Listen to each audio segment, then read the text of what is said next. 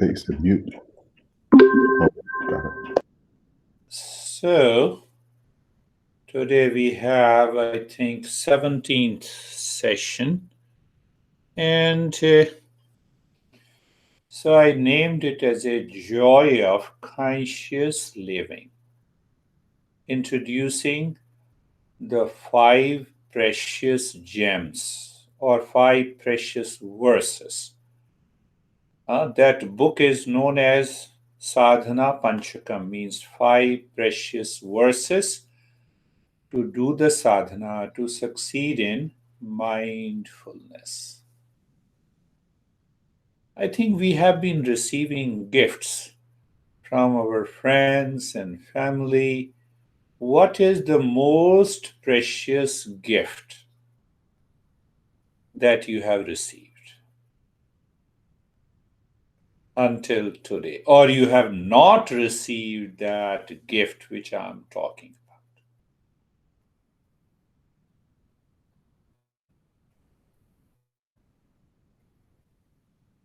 about? We have received gifts in kinds, maybe a watch or cake or electronics goods or a lot of good shoes.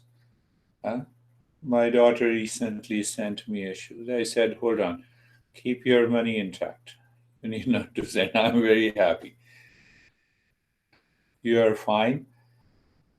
Now, see, there are all the gifts that you are aware of. The Eastern wisdom gives you a gift of a mirror, the glass in which you see. Compare the mirror as one gift and the rest of the gifts. You look at the gift that is shoes, you look at the electronics, you look at the clothes, but you look into the mirror. What you look into the mirror? Yourself. That is the precious gift. The Eastern wisdom always gives us.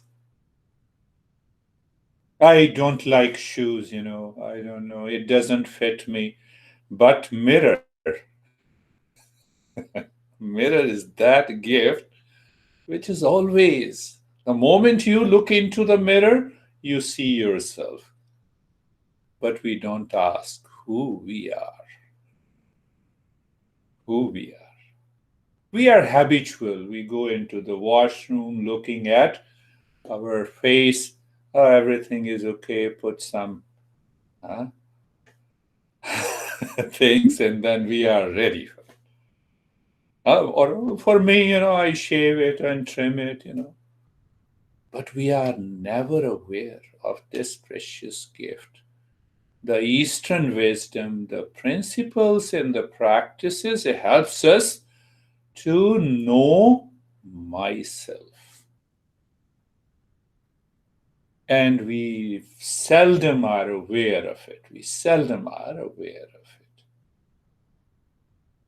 So, this text, which I renamed for all of us, is a joy of conscious living. First is living is applicable to all. Is it conscious living? No. Half-hearted.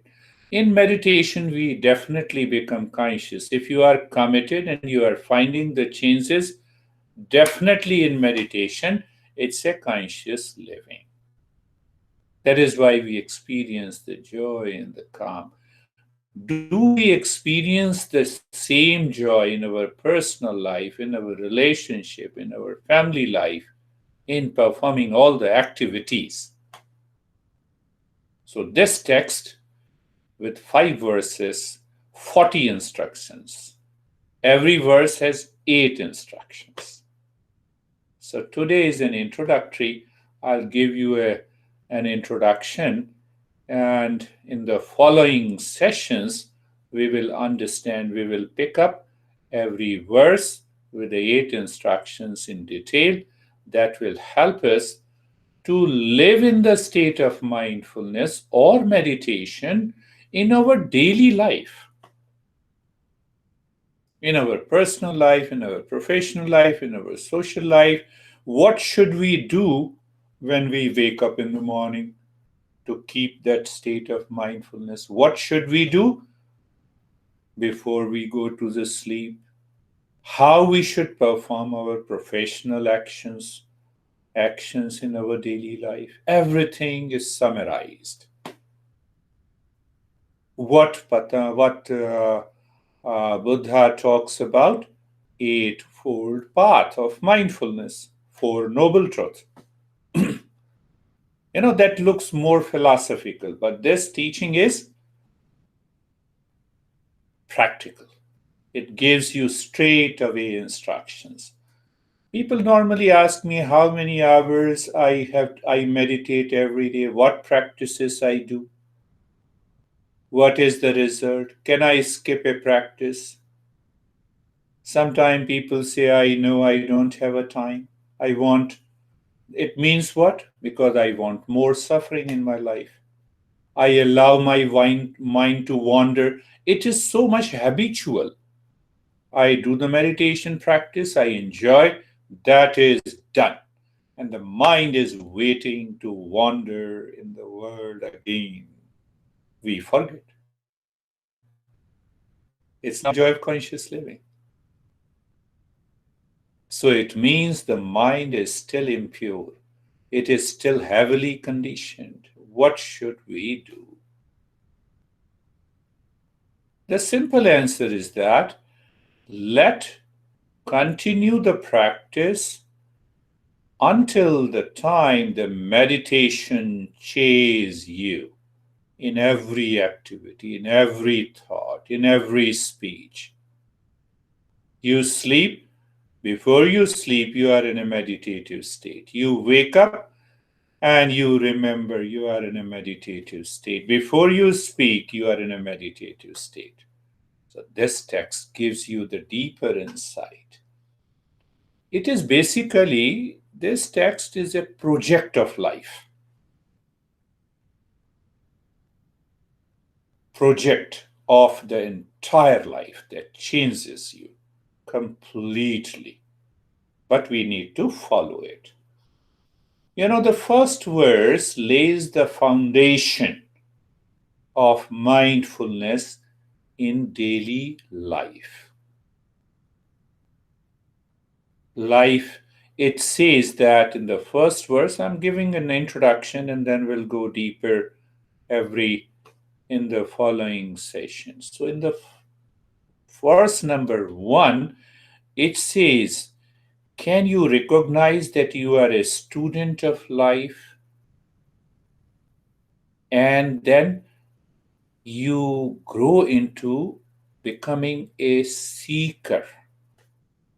That is what the verse 1 talks about.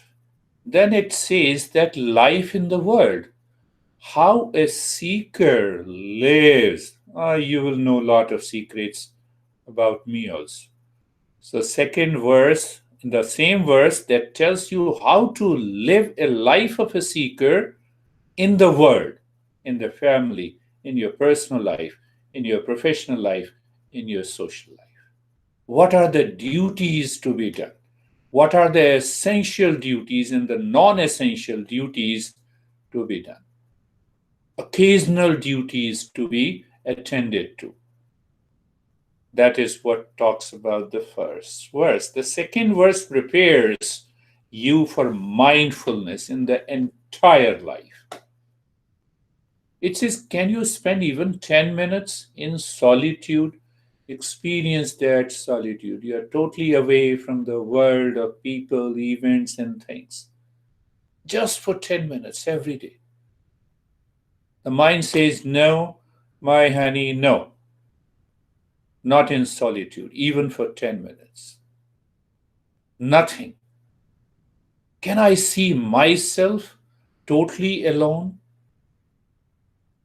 You need not to go to the Himalayas. This master says, no, don't worry. You need not to go to the Himalayas in the second verse. And Then it says that how you have to approach a teacher.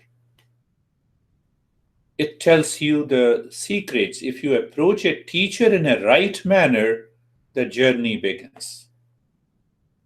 One of the teachings in other texts, it says, are you a seeker? Then you will always ask big questions from the teacher. You will not ask how to manage my anxiety and stress. That is a byproduct of every meditation and mindfulness. Question is, say, big question. I experienced meditation, inner calm, inner peace, and inner joy that you have been experiencing. So, can I become aware that calm and peace is totally independent of anything and everything outside?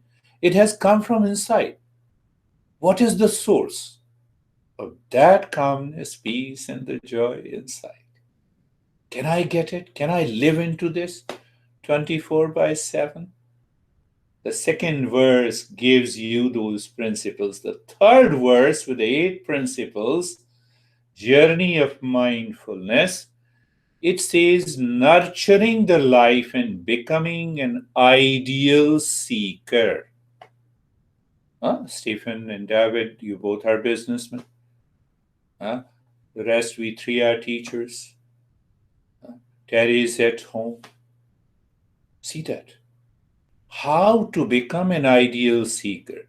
We always want to be an ideal businessman, ideal husband, ideal wife, ideal, add as many as adjective. But we don't become an ideal seeker. What it takes to become an ideal seeker. And in that ideal seeker, there is a voluntary discipline. We discipline and educate the mind. And in the same verse, when the mind is not disciplined and educated, we say, come on, mind, I will take care of you. You have to follow these principles. So, what happens? The mind does not move out to the same conditioning, same habits, and causes the problem. Third verse, and the fourth, create a fencing around your journey of the mindfulness. Why? Why fencing? You're sowing the seed of meditation and mindfulness. You have watered it, you have put the fertilizer. The sapling of that mindfulness needs to be prevented, protected from the animals who may destroy it.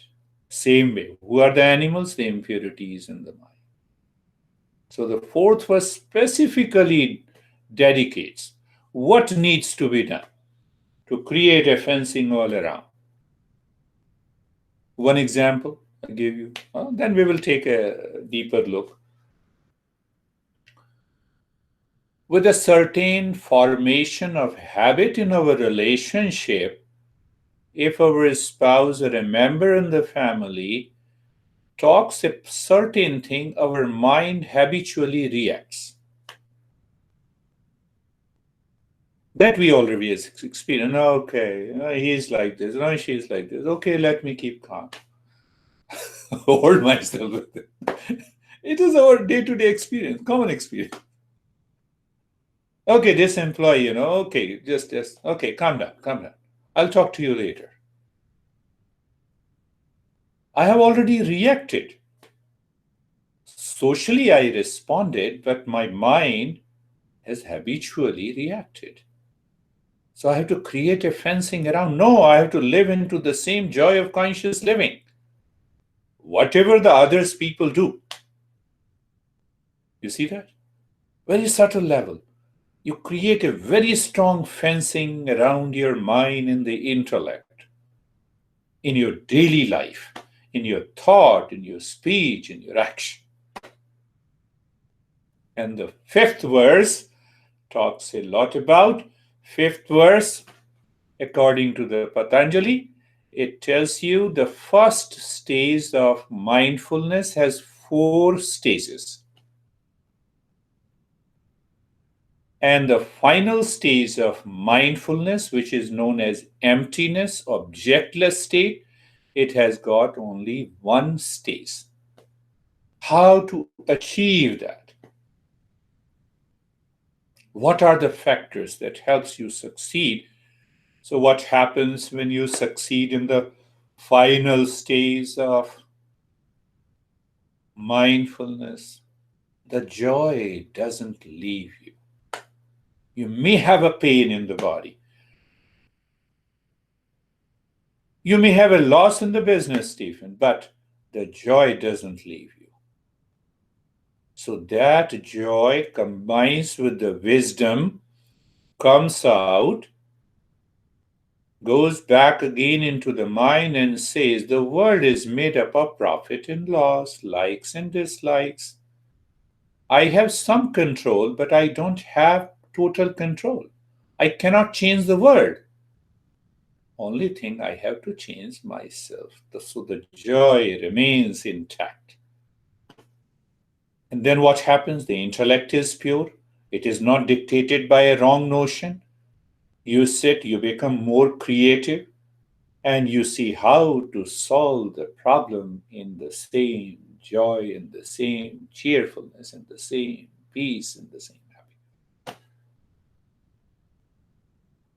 That is why I say it is a joy of conscious living. You can summarize that I have talked about it, that the entire journey of Eastern wisdom, you engage your mind. Where the mind is habitually engaged in reaction, in blame, in complaint.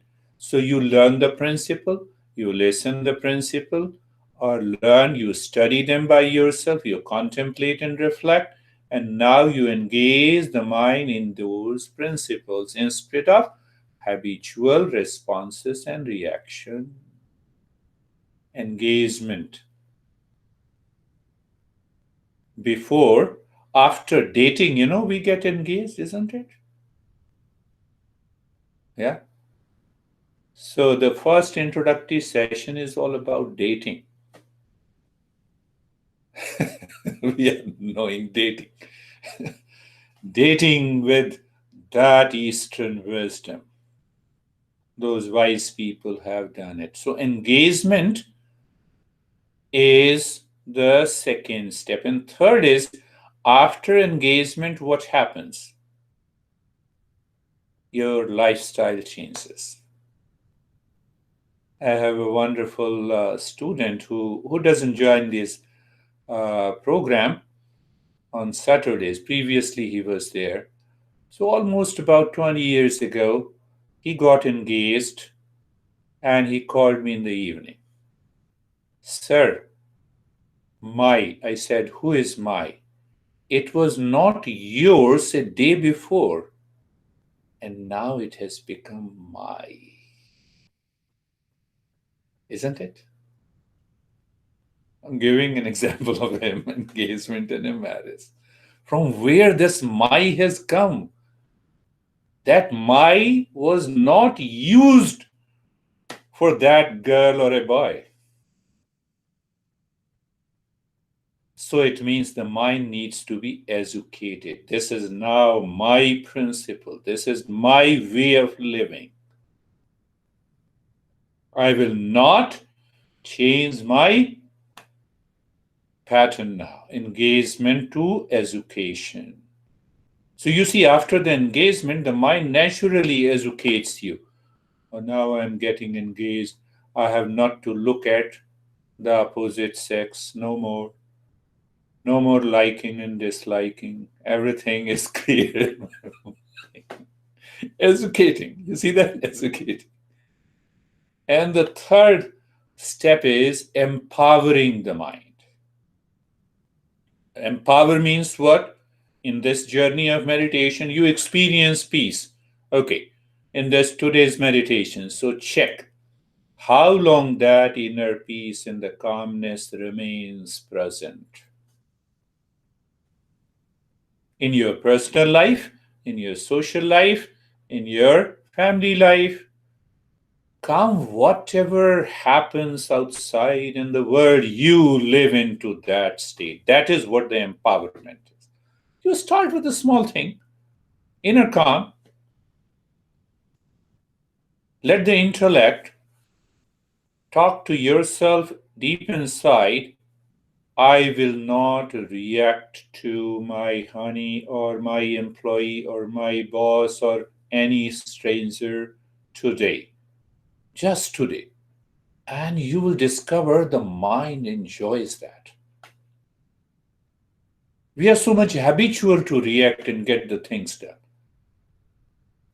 That is what one empowerment. But these 5 verses teaches you many ways of empowerment. Once you cross the 3 stages, you have crossed the 3 verses. Now you create a fencing around through evolution of the mind. What is that evolution of the mind? What is the term evolution is used? Life evolved out of matter. Both science and Eastern wisdom agrees. So when the life evolves out of matter, it means the life was already hidden into it. Then only there is a possibility of an evolution. The mind was involved into the life, mind evolves out of the life. What it means? When the matter reaches to a saturation point, the science says these elements interact, makes a very complex substance. And that one unit of that complex substance is protoplasm. Protoplasm is just that protoplasm gives you a sense of life. Unit of protoplasm is known as cell. Cell is a living entity. So, what is that evolution? The matter evolved to the life. So, the properties of a matter and the life are totally different. So, when the mind evolves, what happens? What are the properties of a mind now? Likes and dislikes, habits, conditioning, sorrow, happiness. But now, when it evolves to a next stage, what happens? Likes and dislikes, leave it. Not interested. Pain and pleasure, not interested. Profit and loss, not interested. You live. Now, I don't want to move the mind down. I want to live into that state of equanimity. One of the greatest result of mindfulness and meditation. And the fifth step, the fifth verse, what is that? Total transformation of the mind. Now the mind looks like only a glass, a mirror, a transparent mirror. It is not attached to any dirt on it. It doesn't allow any dirt or the impurity on it. Then what happens? The joy becomes the nature. One of the masters says, what is the true nature? What is the attitude? What is the characteristic of a true nature? It says, Anandam Vai Brahma. It is of the nature of permanent peace and happiness and joy.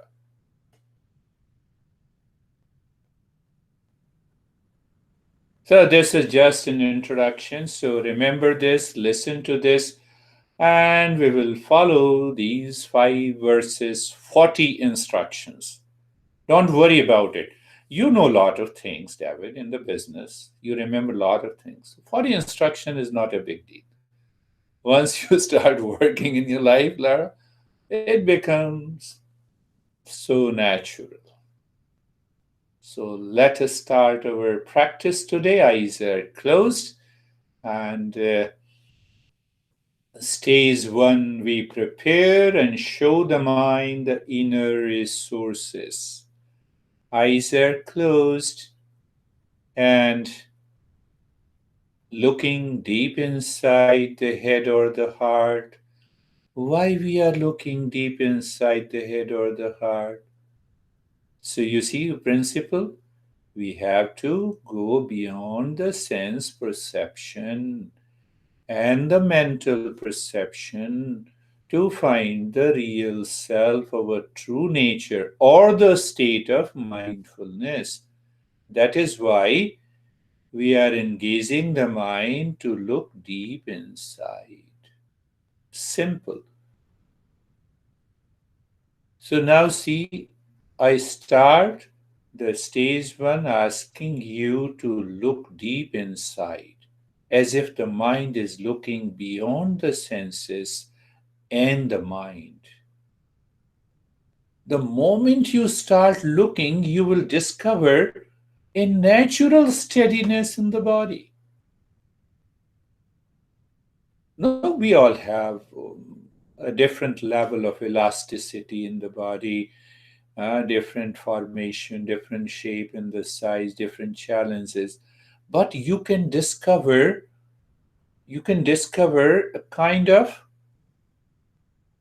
steadiness takes over the body naturally. You need not to force it. That needs to be recognized. That will help you. I told you in the fourth verse we'll talk about solitude. This is one format of the solitude. Do you see I follow all these principles? It comes to my mind naturally. Now we will settle the body in the stage one with being comfortable, being carefree, being casual. Three steps more in the stage one. So, being comfortable at the physical level, being carefree at the mental level, and being casual at the existential level. So, being comfortable, we follow a simple process looking at the neck joint. Now you see that you have been doing almost 16, 17 sessions. It has become such a natural process, being comfortable, looking at the neck joint. Mind is looking, feeling the presence, and experiencing sensation, being comfortable, and steadiness. Shoulder joints, feeling, being there, presence, and experience sensation, being comfortable, and steadiness. If the body moves in the middle, take it, it is the mind that wants to go out. It is very deep, coming from the past impression. Our intellect may rationalize, oh, because of the scratching, I have to do the scratching in the body. No. And the entire body. Move the mind from the top of the head to the toes, to all the joints, feeling the sensation, being comfortable, and steadiness.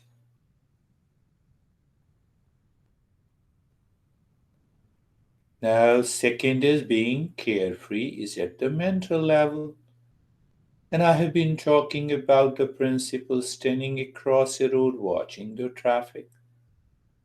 Means the deeper layer of the mind, that is your awareness without an object, and the surface mind has lot of thoughts, feeling, impressions. They are constantly moving. Like an ocean, on the surface you have the waves, deep inside. It is the one mind. Our great master Vivekananda used to say, step back. Step back means step back from whatever the thoughts are there. That is the actual understanding of let the thought come and go. And the third point is being casual. The fourth step in the stage one, being casual, being natural. What you do in being natural, you do nothing, but you are still aware. You are aware. So means you know. There is an awareness, there is a knowledge, there is an experience. You may feel some pulsation, you experience steadiness in the body, you may feel the turmoil in the thoughts are coming and going, but still, existential level means the very existence doesn't move, it remains as it is. Can I have a glimpse of it? That is the stage one. In the stage two, we continue to purify the mind and move, gain a natural focus of the mind. So, the first step in that, looking deep inside the forehead, remember short, quick breath, but playful breath. You are playing with it. Keep your awareness deep inside the forehead and start breathing. Quick, short breath.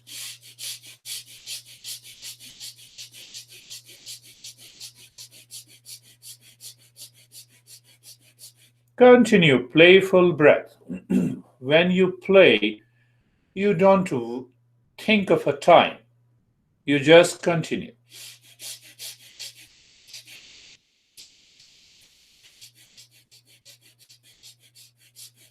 Playful breath, expansion and contraction of the ribs continues in a playful manner.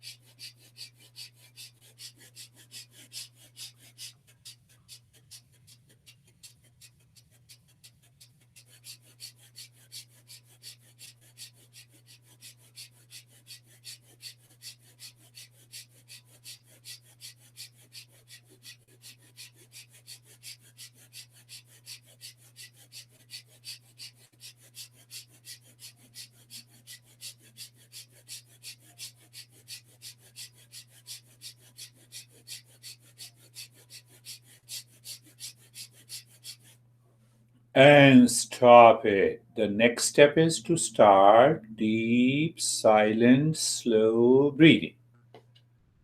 First, you inhale into the belly.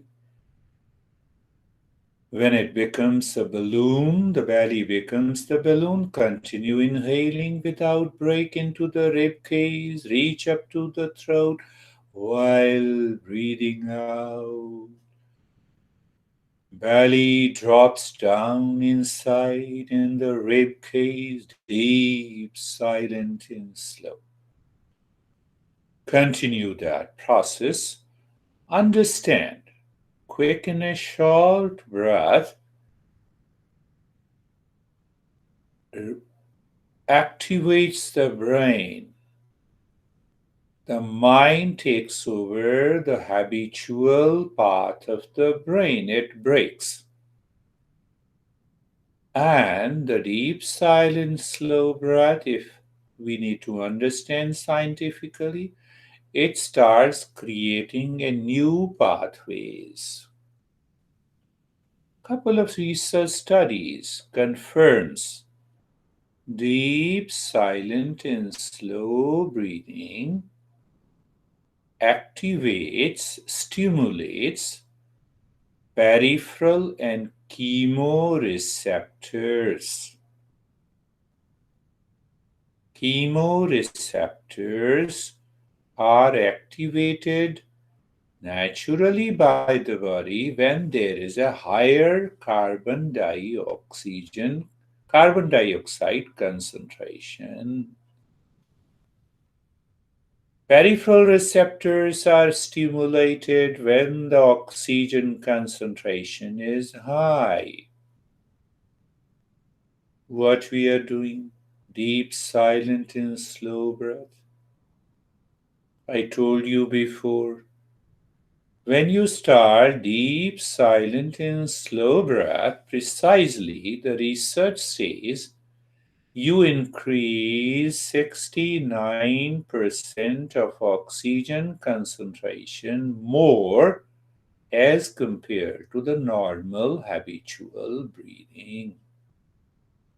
That has to stimulate the brain, that has to change the brain pathways, provided you are doing the practice in the state of being comfortable, being carefree, and in the state of steadiness in the body.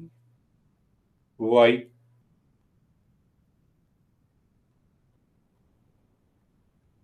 If you don't do in that state, means the body is constantly agitated by the mind. So the same practice will take you in totally opposite direction. The next time you don't want to practice, see that. That is why we laid the foundation. So now, once we are aware of deep, silent, slow breath, so inhalation should continue like this. It should take as long as possible, as much time as possible. The breath has no breakup in between. And while breathing out, start making the humming sound. Keep your focus deep inside the head or the heart.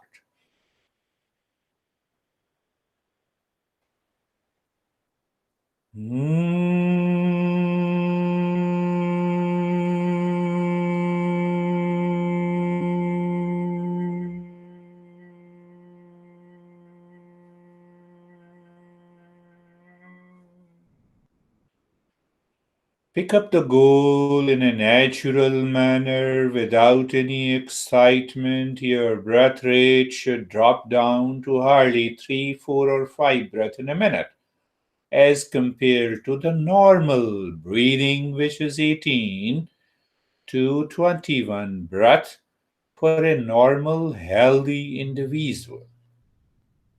From 18 to 21, you are dropping it to 4 and 5.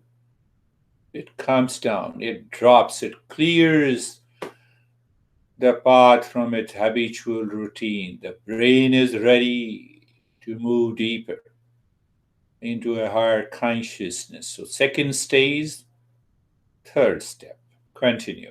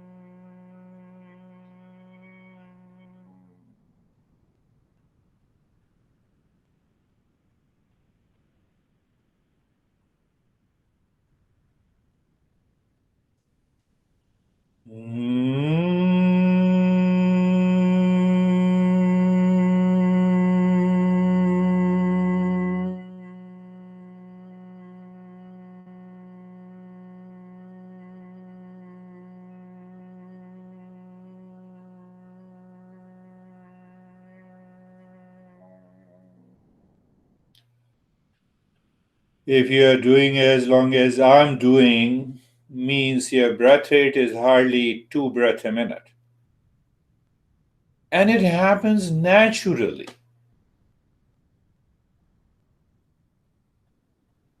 The science has invented a respiratory biofeedback instrument that is normally used to relax physically, mentally, and emotionally. And we are doing a natural biofeedback. We don't need any instrument.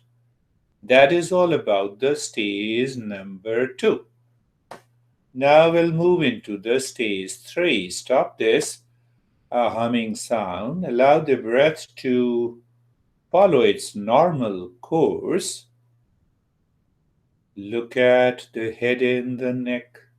Now we consciously experience in the stage 3 what we did. Just now, look at the head and the neck. Looking means you are aware, the mind is there, you experience sensation, relaxation, and stillness. We want to be sure. We educated the mind. Now, can the mind be empowered to live into that state, to move deeper? And you all are. I appreciate you all are committed. We are moving to become a seeker. Move the mind on the right arm. Be there.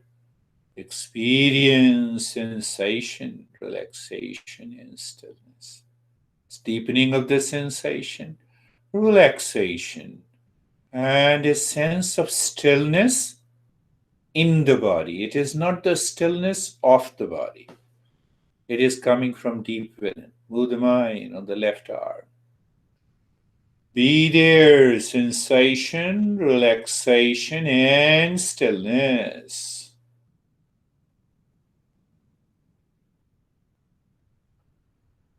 Move the mind on the chest and the belly.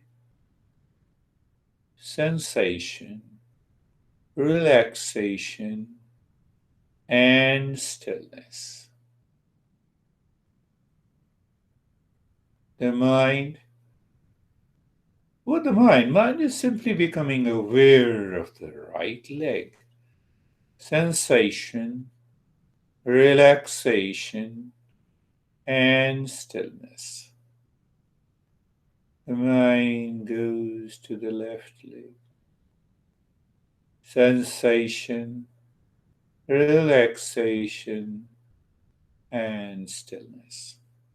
In the stage 3, we want to be sure. And once move the mind on the entire body.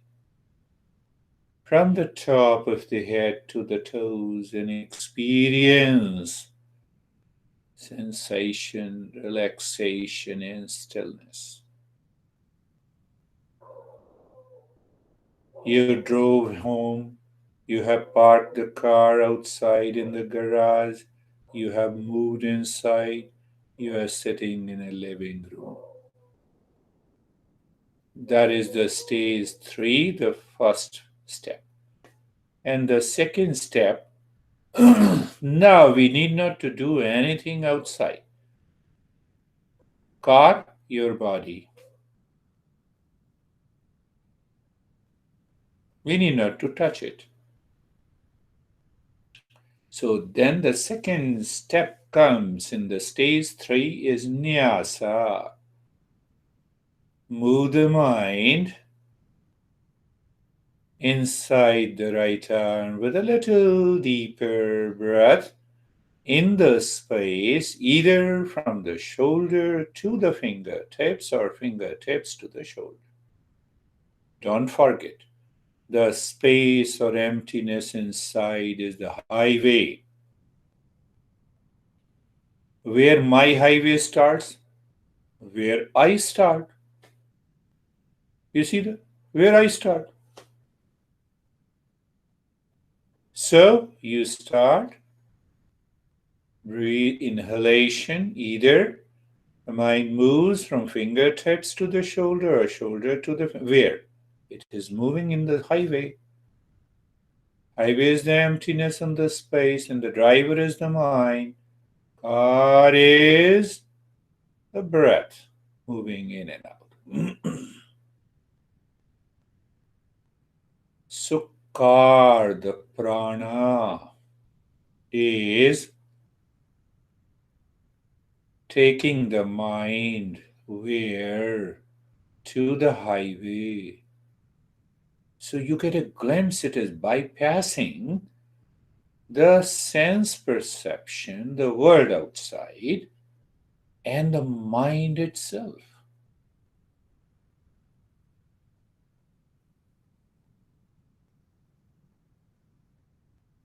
Highway is totally free, blank, empty. So your mind says, let me drive little faster, speed up. And you enjoy that. You have almost a flying experience. The mind is almost flying. It knows, it is conscious. Now move the mind and the breath inside the left arm.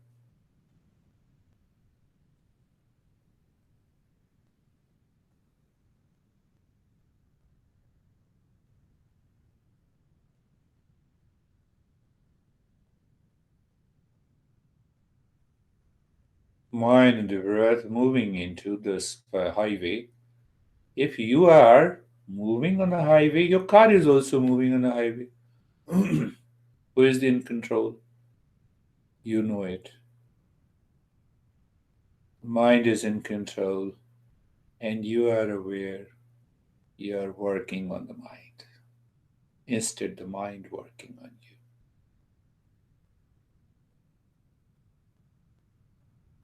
Now moving inside the right leg, but definitely in the emptiness, in the space, that is your highway. It instantly gives you unusual experiences of visions, colors, freezing of the body, maybe sweating in the body. Maybe you experience the body has become so big, so small. What is that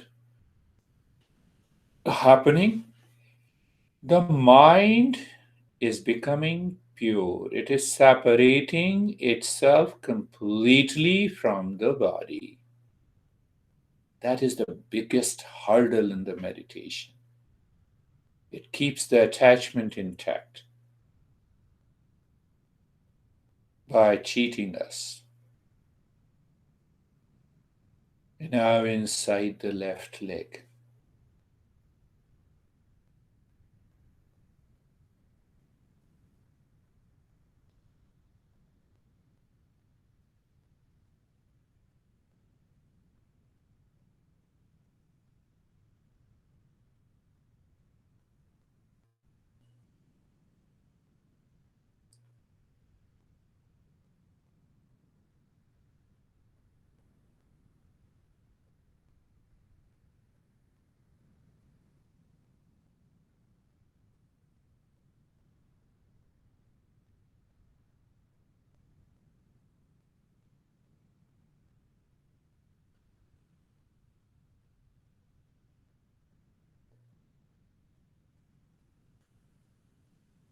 Now inside the spine, from the top of the head to the tailbone. From the tailbone to the top of the head.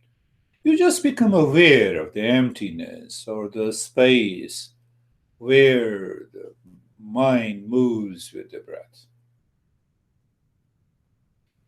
We'll understand in the following session when the pure mind, which is like a mirror, descends from the top of the head to the tailbone, descending mind brings the pure consciousness force down. That is known as blessing, grace. But it only happens when the pure mind detached rises from the tailbone to the top of the head. So the personal effort reaches to a saturation point. The descending of the grace naturally happens. Descending and ascending. You might have heard about angels, descendants, ascendants. That happens in this higher state of consciousness. But we are not at all concerned about that. Now leave this. Moving to the stage number 4, we are skipping one stage and looking at the breath.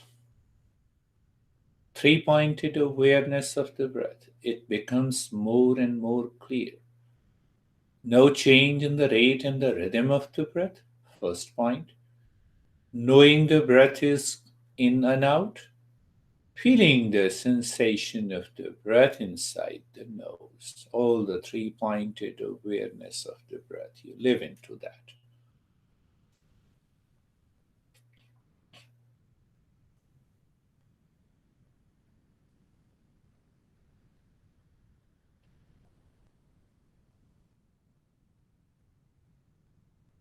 We are doing nothing. We are simply aware. Aware of 3 points. Why I divide it into 3 points? To keep your mind engaged, absorbed with awareness. Why? To transcend the mind. Why? To experience the state.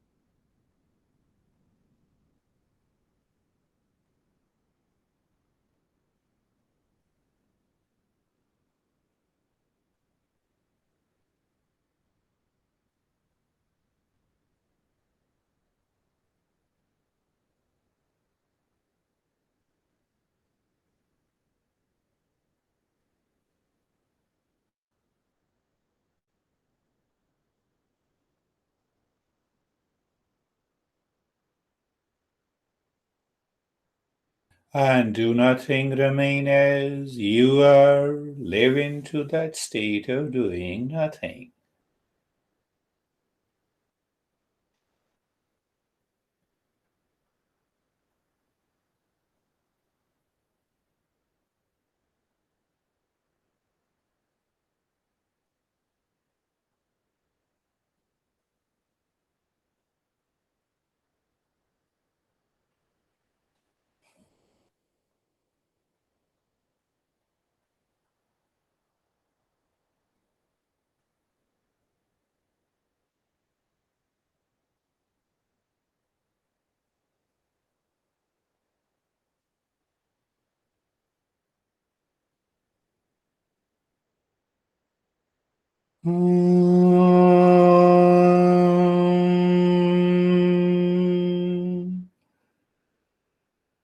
Shanti, Shanti, Shanti.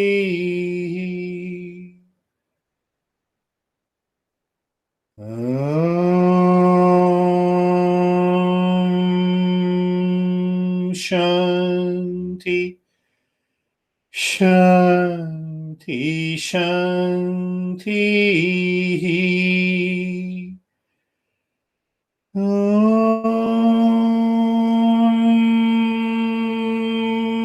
Shanti, Shanti, Shanti.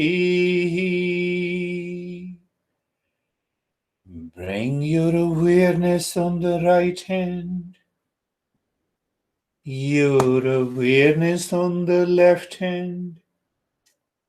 Your hand should be clear, clean.